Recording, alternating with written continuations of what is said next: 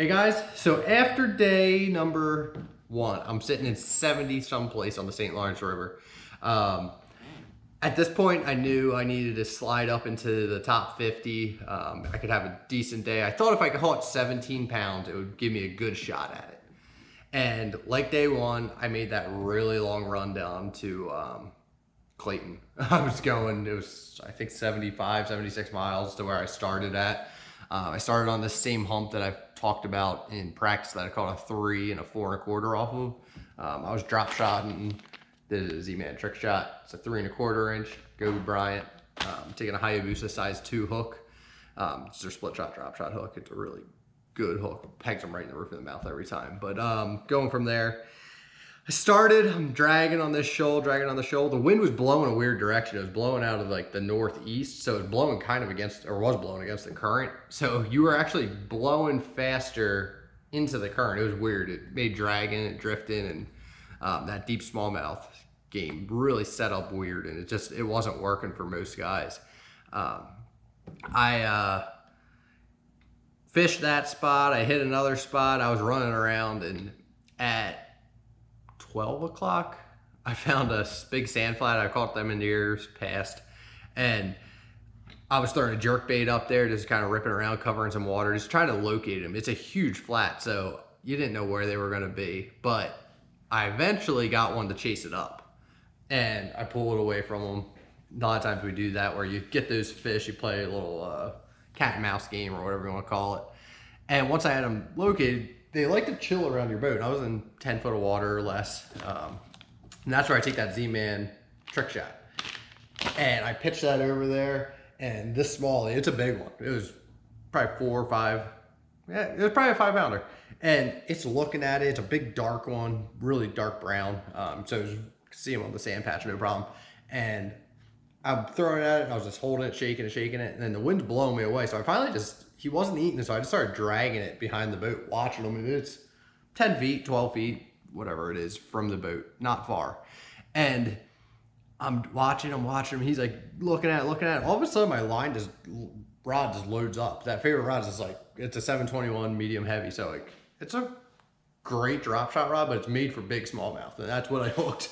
And I set the hook on this thing, and I'm like, it was confused at first because it was that dark brown Smallie, but he wasn't fighting, and he wasn't acting weird. And I started fighting this fish. There was a really light colored one that I couldn't see on the bottom there that actually came over and ate it. It ended up being my biggest fish of the day. So this is fish number 1. It's about 12:30 at this point. So I was getting a little stressed that I wasn't going to catch anything. And I'm reeling it in. That big brown one starts following him up, and I net this guy. And it's probably a 5 pounder. If it wasn't 5, it was just under. But it was a really good fish to finally kind of settle me in. So I started working that brown one again. He kind of disappeared. I couldn't catch him. So I had a waypoint there. So I come back on day 3 if I would happen to make it, which I ended up making. But at this point, I only had 1 fish. So I started working my way down the sand flat, fishing that jerkbait again. And I caught 3 of them on it. So I had 4 fish at this point. They weren't anything special. They had to be 14 inches. They were just over that. I picked up a hair jig, started winding that around, caught like a 3, 3.5, another solid fish. And then this dock I was telling you guys about before that I caught a 5.5 on day 1 on. I went back there and I started, well, I didn't tell you about this in the morning. I started on that dock. That was my second stop of the day. And I saw a big one. It was a really big largemouth sitting on here, and I flipped my palmetto bug at it, and it wouldn't eat it. It looked at it and just kind of cruised away. So this time I was going to approach him a little different. I knew which part of the dock he was on. I took a Z-Man Zinker Z. Let's see, who's this guy here? The Z-Man Zinker Z. So it's a soft plastic stick bait, 5 inch, and I took a Nico rig. Or actually, not a Nico rig. I fished a weightless. I just took a size 1 FPP straight. It's a Hayabusa.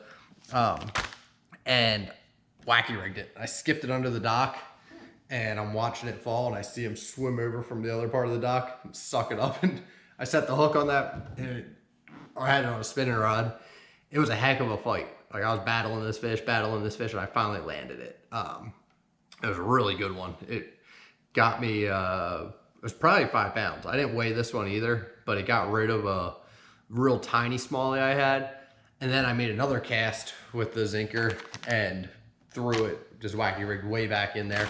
I caught another one that was like a 2.5, maybe 2 3/4, and got rid of another tiny smallmouth. So at this point, I've weighed 5 fish off this one dock in 2 days.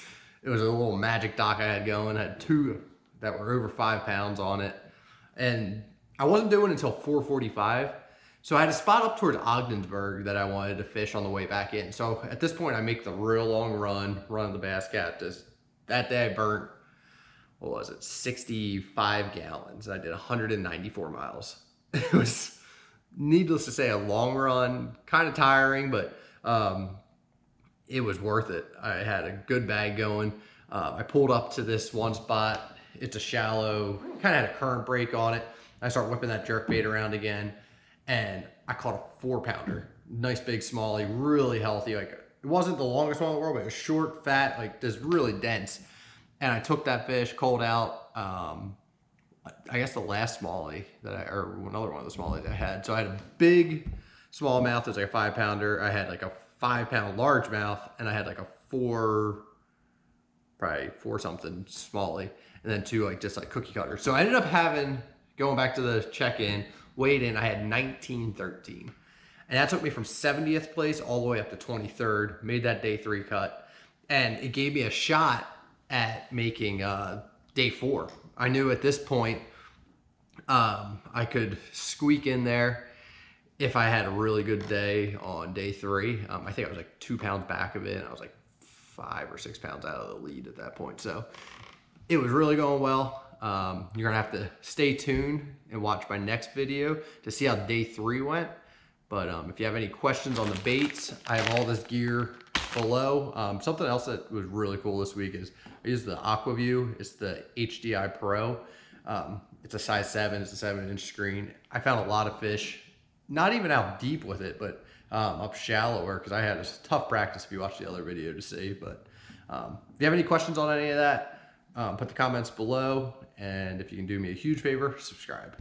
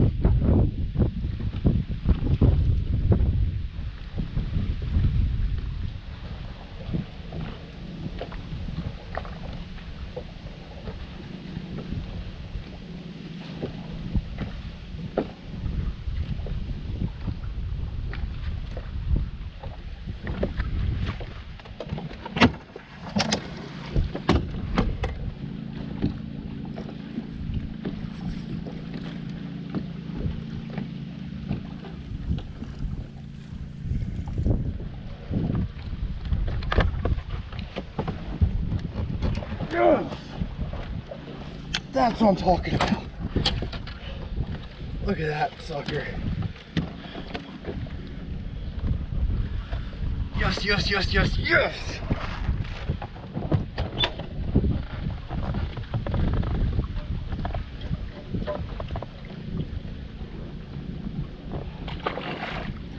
Yes! Yes! Yes! Oh, that was huge! It's probably pushing 5. I think that just got me 10 grand though. I think so.